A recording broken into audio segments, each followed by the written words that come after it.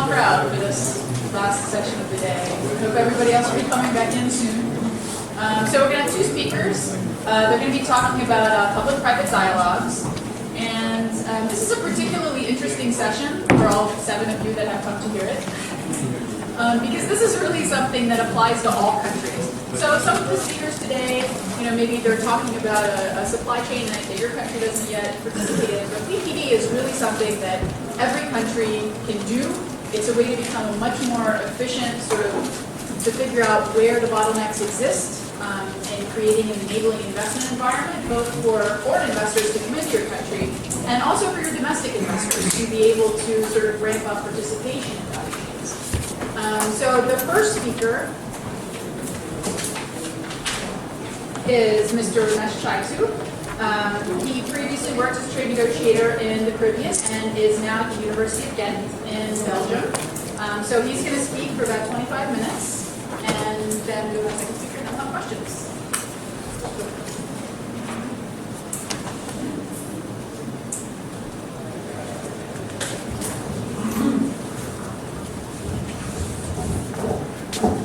First, I'm going to try to put it on and see if it works. And if it doesn't, just tell me I'll hold it, which is a little awkward. But I'm not used to standing at the podium. Anyway.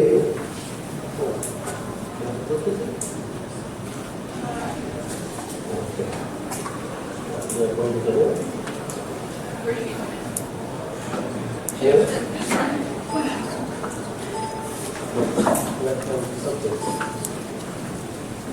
Technical issues? Okay, I got it. Okay, what I'm going to talk about, well, what I was asked to talk about is public-private dialogue, which is a broader term than what I'm going to really do, which is look at public-private partnerships in order to deal with resource constraints, and by resource constraints in developing countries, I mean everything financial, technical, training, human resource, etc., which is a problem that most developing countries face, particularly small ones. And I hope by choosing this particular case, it is of interest to several countries in the room because there are several countries here that have gas reserves or have discovered gas reserves, including one of the poorest countries in Asia, which is Bangladesh. But let me give you some quick background. Trinidad and Tobago, which is a small country of 1.3 million people in the Caribbean, just off Venezuela, at the end of the Caribbean chain, has been producing oil since 1907. In fact, the first oil well was drilled in 1886. And I think somebody destroyed the wellhead that had been around, and that's how you get rid of heritage value.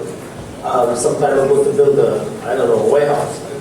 But through the 1970s they enjoyed boom, etc. But as most small countries, or even most developing countries, the trick is how to go from basic resource production to other things.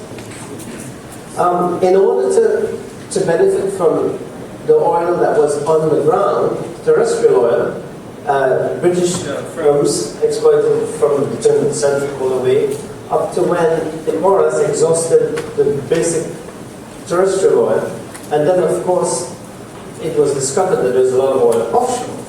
And so from the 1970s there was a lot of offshore exploration, so petroleum was the biggest export. But from the 1980s a very major attempt was made to try to move into other areas, and in those days people burned gas off the wellhead, because natural gas had no value. Alright? In fact, there are many countries who are still burning gas at the wellhead. Now things changed in the 1970s and 80s, and particularly in the 80s and in the early 90s, natural gas was recognized as a cleaner fuel, and as a result, there was a bit more interest in it. But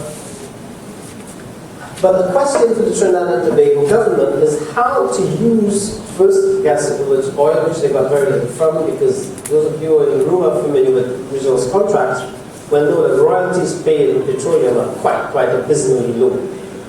In many countries, it's 10% after expenses. So while oil prices be maybe $90, you're doing well, but in the scheme of things, you're really not getting maximum benefit from your resources. So they sought to attract companies that would manufacture things based on cheap gas. All right, so then there was a program to get ammonia, methanol, steel, started with steel in 1980 something, and urea. So there's quite a bit of production of these kinds of things, fertilizers, etc. in there. Now, but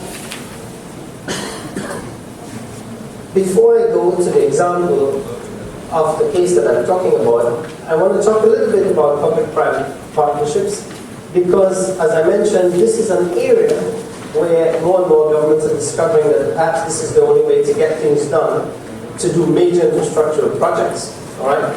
But you hear about PPP, which is the partnership angle, in mainly public institutions like infrastructure, such as roads and transport and rail and ports, etc. And perhaps in the telecommunications sector, where governments did not want to give up too much control over telecoms, which is a vital infrastructural service. All right? Now, what it does do, however, is allow a government to have a role in the productive part of the economy, but share risks, and in most instances benefit from capital which it always lacks, by and large. The PPP model, as a result, uses social, legislative, and regulatory and protection responsibilities of the government and blends that with what private firms normally do, which is deal with investment capital, take risks, run efficient businesses, technology, etc., and make money. All right? Now, many officials are still suspicious about public-private partnerships for all kinds of reasons. But if you look around the world now, there are many examples of PPP that have allowed countries and economies in critical areas to move ahead. Well, these are the main reasons. I won't go through them, but in many instances, I would say the predominant reason for me was that it allows countries to reduce liability risk, because governments generally, because of political cycles, etc., are hesitant to make the big decisions that will involve risk at the political risk at election time. So major economic investments are usually very controversial. But if you can combine private players and you find the right facilitating environment, and perhaps to some extent invest in the activities, as we will demonstrate in the case later on, in some way, nominal though it may be, in the entity that is formed, then you get the best of two worlds. But these are the typical areas. It's infrastructure, all right? The case that we're going to talk about is natural gas, which is not exactly infrastructure, but you may see it as a feeder into developing other parts of the economy. Now, how many of you are familiar with natural gas in terms of what it is? I asked one of the kids in our family, what is natural gas? And he told me, is that what people, when that's the gas that people raise, I had a good laugh. It is a complex of substances, but basically the most valuable ones are propane, that people are familiar with, butane and methane, all right? But it involves certain processes in order to make it market ready. So basically you drill for the gas, you pipe it somewhere, you refine it, and you either use it in domestic, particularly the vast majority of which is used in energy generation, in power plants. But because it's a cheap energy source, it is also very much used in heavy industry. So in Trinidad and Tobago, in the 1980s, the state invested itself in a steel plant which never made money for 15 years until they sold it to Mittal. And ironically, overnight, Mittal started making money from the steel plant. But the main reason was to use the natural gas that came from there. Now, if we fast forward a bit to the 1990s, when energy prices were very high, the natural gas, which is liquefied in a very expensive way and shipped in big fat ships that look like they have round water caps on top of them. I don't know how many of you have seen them. Became a viable option. All right. For it to make sense, energy prices had to be high. So there's a correlation between normal price of gasoline, or petroleum in general, and gasoline, and the feedstock, which is, of course, for some industry, particularly the power sector in the United States. Now, if we were to talk about value chains, this is sort of basic industry to some extent, but then we could look at three. Upstream, which is exploration and production, which involves, of course, drilling and having derricks out at sea, etc., and pipelines that move it, which is the midstream area, and the downstream is purchase and sale. Not a very complicated value chain like autos or anything else, or ICTs, but it still has a bit of a value chain. Upstream, no governments, except perhaps large governments like Nigeria, are willing to engage in exploration and production. Why? Because it is very, very risky. The cost, for instance, you can drill a hole offshore, a well, and then find that after 8, 10, 15, $20 million of expenditure, the hole is dry, there's no gas. So what has happened over the years is that the big MNCs who can leverage capital, they tend to be the ones doing exploration and so on. And the smaller firms may fit into the medium range, and governments may build a pipeline, which is a physical thing which they can handle. Sales becomes a more complicated thing that depends on the market, and we'll talk about that. In 2012, just to give you an idea of what the situation was in Trinidad and Tobago, if you notice, in terms of natural gas production, the largest amount, I think it was 57%, was stored into liquefied natural gas. All right? And that's the case that we're going to talk about. But notwithstanding that, you see iron and steel, methanol, ammonia, and power generation also, as well as some other uses, consume the gas that was produced. But the vast majority is liquefied and shipped overseas to various markets. Initially, it was to the US seaboard of Boston. Just some background on LNG. I won't talk too much about that, but I should just say that in 1994, when Atlantic LNG, a company that was a joint venture between the government and various other entities, were formed, there were only 13 plants in the world, and some of them had been functioning for 30 years. There's one in Alaska, there's in Nigeria, there is Algeria, Indonesia, and a couple other countries. So it's not a wide and dispersed thing because it's a very long investment, and because, as I said before, the price has to be right and the conditions have to be right to make money from natural gas. Wow. Okay. Now, in order to sort of set the stage for how this occurred as a private-public venture, interestingly, did not come from government sources. For the first time, perhaps a buyer of natural gas, which is Cabo LNG in Boston, approached Trinidad and Tobago government about an energy project in which they could get long-term, secure supplies of natural gas because they had the market in Boston, but it was not a very big market. And the natural gas facility to liquefy natural gas is a very expensive venture. So the question was, how are we going to do this?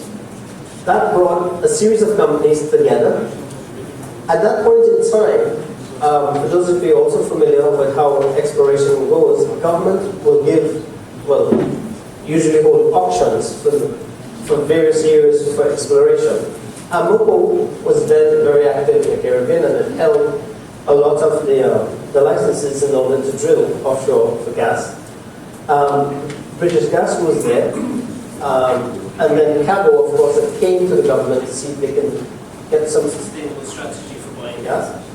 And the National Gas Company of Trinidad and Tobago, which was a monopoly company, set up a couple of years earlier to help develop a market, and they're the only buyer and seller of natural gas on the island. If I were to fast forward a bit, that was 1992. This is the facility in the south of the island with 1, 2, 3, 4 trains with a very massive capacity and which is now selling all over the world. All right? But we're talking about public-private sector participation.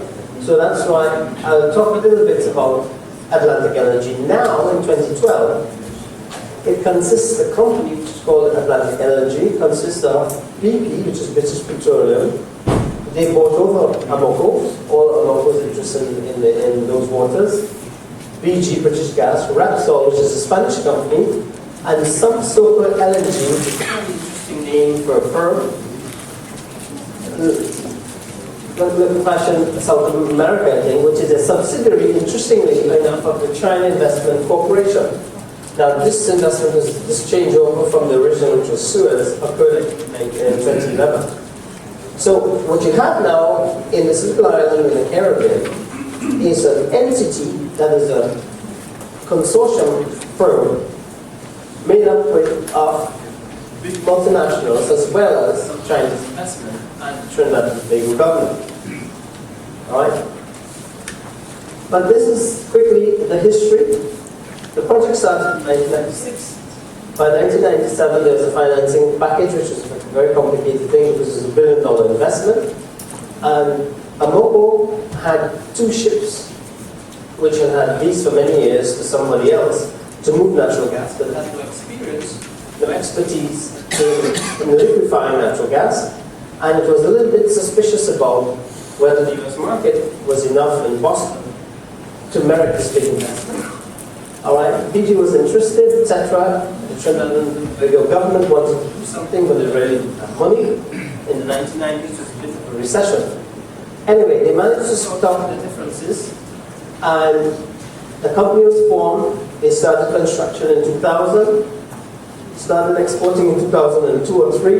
Then they added another train. A train is the physical equipment that converts the gas into liquefied natural gas. And then another one in 2003, 2005, the fourth one. By 2010, they had shipped 2,000 loads of gasoline, of LNG to the rest of the world. Now, just so that you understand how this business is fluid, by 2011, that's when CIC bought over Suez, which was one of the original investors, who had then bought over Capo. So these things are never really fixed in stone, quite fluid as the market changes. And then, of course, in 2013, Shell acquired Repsol. Alright? What does that tell you? It tells you that there's stuff happening now in natural gas and LNG, and it is now an area of dynamism. Whilst for many, many years, maybe for 50 years, people just burn, the country just burn the natural gas off the wellheads. Okay. It has become an important product, mainly for environmental reasons, but also for cost reasons, because the diesel is a very expensive fuel to burn in energy generation for electricity purposes. So natural gas has become to the fore simply because of cost and environmental concerns and some technological changes that have made it much more feasible. Let's talk about how you get such an expensive, bulky entity going in these players who are sort of have never known each other very well, and by a government, it's a timing with the government. Well, the cost of the facility was almost $1 billion. How do you finance that? Well, the Trinidad and Tobago government, which is through its natural gas company, which is a monopoly supplier, wanted a stake in it, but it didn't have cash to put up. So they eventually decided for 10 or 11% in the first train. The rest of the loan, of course, was taken by the biggies, the multinational companies, who managed, because the US government then had strategic interest in keeping the Caribbean within its sort of, fold, financing $392 million, and the World Bank chipped in $180 million. Okay? So the loan was more or less about $600 million, and those are the firms that actually bankrolled the original loan. Now, but the trouble is, natural gas is a thing in which, in order for it to make sense, you have to have long-term contracts, so 20-year contracts. The question then, while all of this was going on, is, do we have enough gas outside there? Because Amoco had the rights to drill, but nobody had done enough exploration to know what's the exact reserve. So those very tricky days and very risky days, and that's why the model that evolved was the government, which is the state, through the natural gas company, taking the smallest risk, but being the greatest facilitator and international capital, actually doing what it does best, which is to leverage finance, take risk, and use its expertise in the technology out to drill, bring gas online, build pipelines, etc., build a facility that costs $1 billion, and then, based on long-term contracts, sell gas into the eastern seaboard in Boston. All right. Now, this was at the first plant. By the time they got to trains 2 and 3, the gas from the north of the island was not enough. So they had to then bring another pipeline across the bottom of the island from one coast to the next, which was a huge project, which involved all kinds of political issues because they had to appropriate land from literally thousands of people. So I think about 150 meters, I think it's 100 meters across throughout the entire island in order to lay a pipeline to bring the gas from the one coast to the liquefaction facility which I showed you before. Now, all of these things involve risk. They involve a lot of monetary risk and they involve political risk. So it was not easy. Now, the problem that most resource countries have is this. Do you leave it in the ground or do you export it just basically to go for an exchange from the basic resource, or do you use the energy to develop other industries? Trinidad and Tobago decided that they were trying to do a mix of both, but the liquefaction of the natural gas and shipping it as LNG was considered a major sort of technological and capital investment by the then government of the day. But in between projects starting and coming on stream, a government changed. And of course there's a bit of a re-evaluation, there's a huge debate, but they eventually decided that, okay, we will go ahead with the project because there are positive economic benefits from it. This, as the trains develop, you see the mix of the circle shows, and this is actually the share participation by the different entities. All right, the original entity was Suez, which is the company that owned, was the company that owned the Boston firm. All right. The next train has no government of Trinidad and Tobago participation because this was considered way too risky, and it was not clear whether there was enough gas or whether the market in the world was buoyant enough for this thing to be a success. But this is totally private sector run, and these are 2 trains.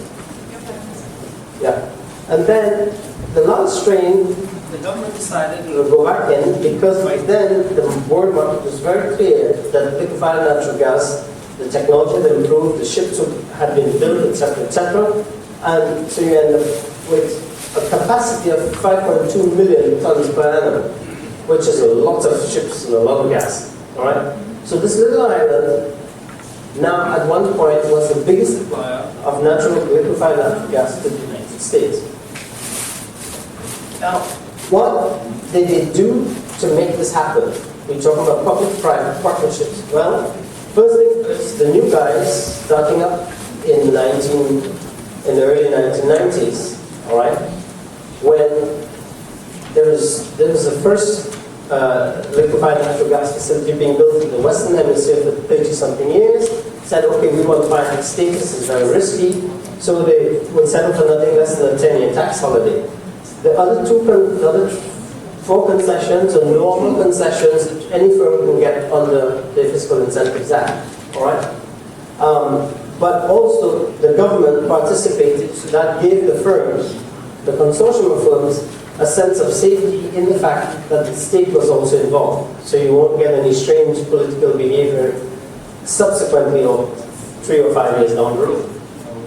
Now, however, the government, of course, needed to get something out of this deal politically other than the exports and the revenues that would come from that because they've already sold the 10-year tax holiday.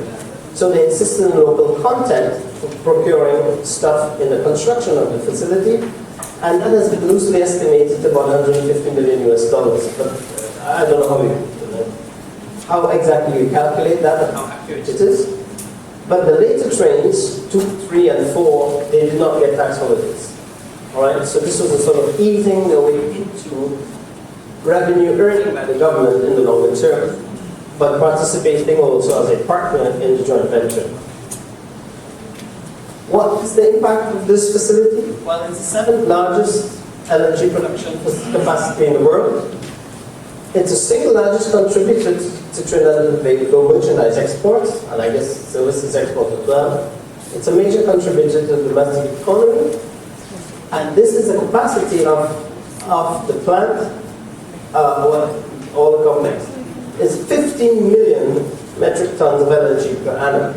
All right, depending on the price of gas, which is fixed in the East, in the US, and varies by a complex index, which I won't try to explain, that ipso facto means a lot of money if you can meet demand to that level. Now, just to show you, this is from Atlantic LNG itself. You see, the construction of this facility changed the whole liquefied natural gas scenario in the global market. All right, or just on this one tiny little island. It is represented there by the pink. Now, why was this relevant? Why is public-private sector partnerships relevant in this context? First of all, it was a very lumpy investment.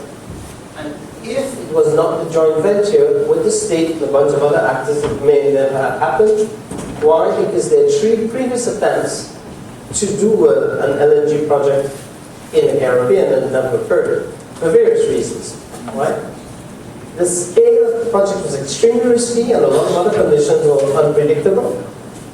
Energy markets are quite volatile, loosely speaking, and even today, and CNG was somewhat untested. Long-term export blocks were unclear. As I mentioned earlier, the consortium spread the risks. And on the plus side, the government of Trinidad and Tobago was an investor, a regulator, and a beneficiary.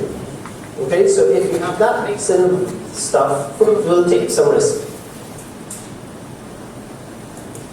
This is typically what the government of the day would tend to be affiliated with in terms of the LNG industry, resource ownership, design, etc., etc.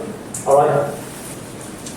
And the National Gas Company of Trinidad and Tobago, this was its position. Basically, I won't go to them. But there was, as I mentioned, this huge debate about whether you sell it overseas for what then low energy prices, or whether you go into downstream industries.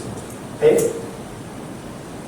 Government income from this facility, royalties, dividends and payments, petroleum profits, other taxes and levies, import-export duties, most of which they waived in the early days. Now, this is the picture today. Initially, most of the sales were to Cabo in Boston, but you see how the LNG market has diversified, and is selling to all kinds. This is a list of countries here, including, if I'm not mistaken, who in Asia is buying? No, I see India, Dubai. And the typical, the normal players like Spain, etc. This is a distribution of the, just by stuff. What are the main impacts? Well, in terms of the plant, there are about 1,725 full-time persons, which is a long-term sort of job. But in the construction stage, there was a lot of local participation. But these are the main benefits of this kind of project. I'm not sure it's replicable everywhere, but I think countries that have natural gas instead of burning it should think about finding markets and finding partners to do some of the things. Because this has been a very big boom for a tiny country. And I'll show you what the figures are here now. Just for natural gas alone, this is in thousands of US dollars, so it peaked in 2008. Remember this is one export, $5 billion US dollars. Okay? And largely from a technology which the government had known, from stuff that was offshore that the government could not get to, and along lines and contractual arrangements and so on, that now ensures that there is at least for the foreseeable 20 to 40 years a viable export from this resource. Otherwise, it would be still in the ground. Well, I hope that's of interest. Thank you.